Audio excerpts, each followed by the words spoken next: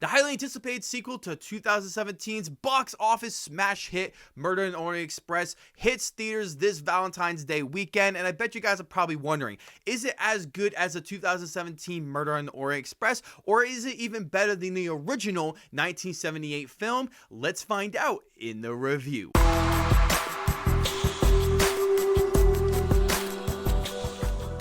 Welcome back, film fans. This is Brad from Let's Be Real Brad, and today on the channel, I want to talk to you guys about the brand new mystery thriller film called Death on the Nile. Death on the Nile is directed by Kenneth Branagh and is based on the 1937 novel of the same name. It is a sequel to 2017's Murder on the Orient Express, and it once again stars Kenneth Branagh in the lead role. While on vacation on the Nile, Hercule Poirot must investigate the murder of a young Harris. Besides the controversy of Armie Hammer, I was not particularly excited to check out this brand new sequel, as for the original film, I thought was pretty boring considering that it is basically a exact remake of the original 1974 film Murder on the Orient Express. So when I heard that they were going to be doing a sequel, I wanted to check out the original 1978 film, but I figured if I watched that one, I would guess everything with this movie. And for the fact that this movie is being presented for a brand new audience, I wanted to see if I would enjoy this movie and then go back to the 1978 film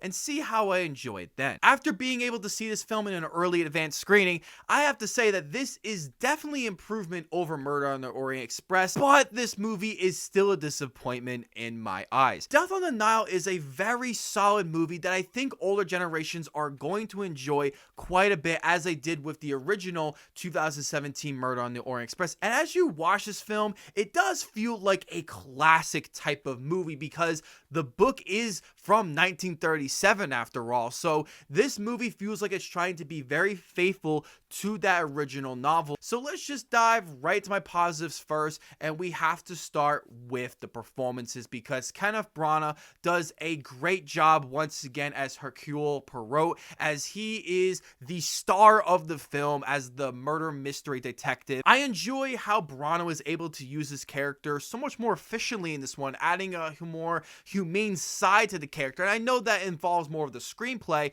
but I think Branagh's performance makes him feel even more human-like than he was in the original film. The second half has a stronger pace to it, as it feels tightly knitted together, as the movie just flies by with all the investigations and ton of action scenes that involve a bunch of guns and fighting, and it was just so much more fun, and is exactly why I wanted to see this movie in a movie theater. The second half also features some twists and turns that I wasn't expecting, as I thought I had this movie figured out, but there were a few twists and turns along with some of the characters or some scenes that played on that I thought were quite surprising, and I definitely had a big smile on my face while watching. I also thought the cinematography in this movie was quite great, as I really love the colors in this movie, as the dark look and feel to it, as this movie was shot on film, so this movie is going to look 100 times better. This movie just looks great, especially when they're near the Egyptian pyramids that just had the best looking scenes. I also found the score of this film to be really good, as it just hyped up many of the action scenes and added to that murder mystery vibe, and you're just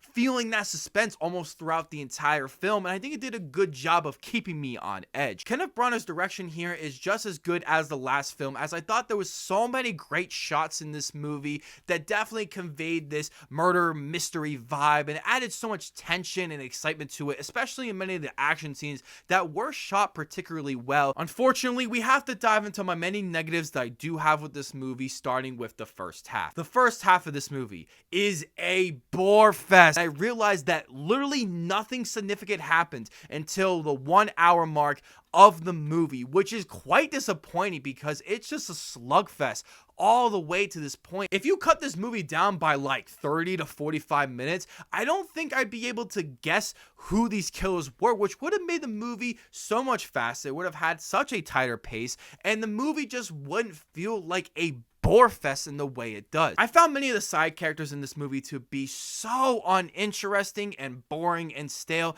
and that's because the screenplay just doesn't give them anything to do. Another negative I have with this movie has to be the cast, as this is definitely so much weaker than the 2017 movie, which had a spectacular cast, but the cast here is quite dull and not all that great. I have to give this movie a solid recommendation, especially checking out this movie at a matinee show. I think you'll get your money's worth for it. I'm giving Death on the Nile a 6 out of 10. Thank you guys so much for checking out this video. As I want to know below in the comment section, what are some of your favorite murder mystery thriller movies of all time? I can't wait to hear about those. But before you guys check out this video, don't forget to hit that subscribe button, leave a like if you want to, and ring that notification bell so I can see you all in the following video.